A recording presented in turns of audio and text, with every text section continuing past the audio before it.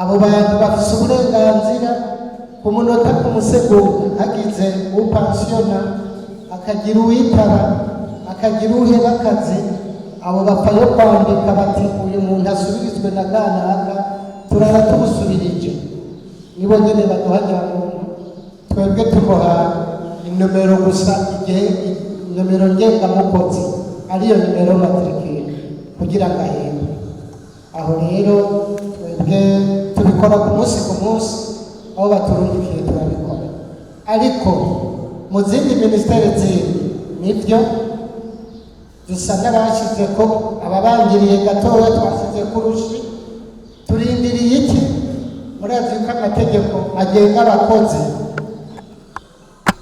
kw'imyaka yo gutahuka imyaka y'ukwerekana ko umuntu agiye mu zabukuru ko yavuye kuri benshi kuri 65 ikaja ku 60.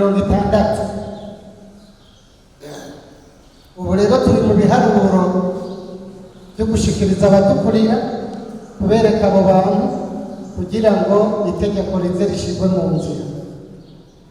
Nico gituma rero muri zijya minisiteri zindi ata burenganzira bwo guca tubasubiriza dufise batengengereye hamwe n'abandi, ariko mu bakozi ba leta icyo twabamenyesha ni uko ubushikiranganji bw'indero n'ubushikiranganji bw'ubuvuzi bafata ibice 90% 90%. Urumva rero mu ncamake abakozi barasubirizwa.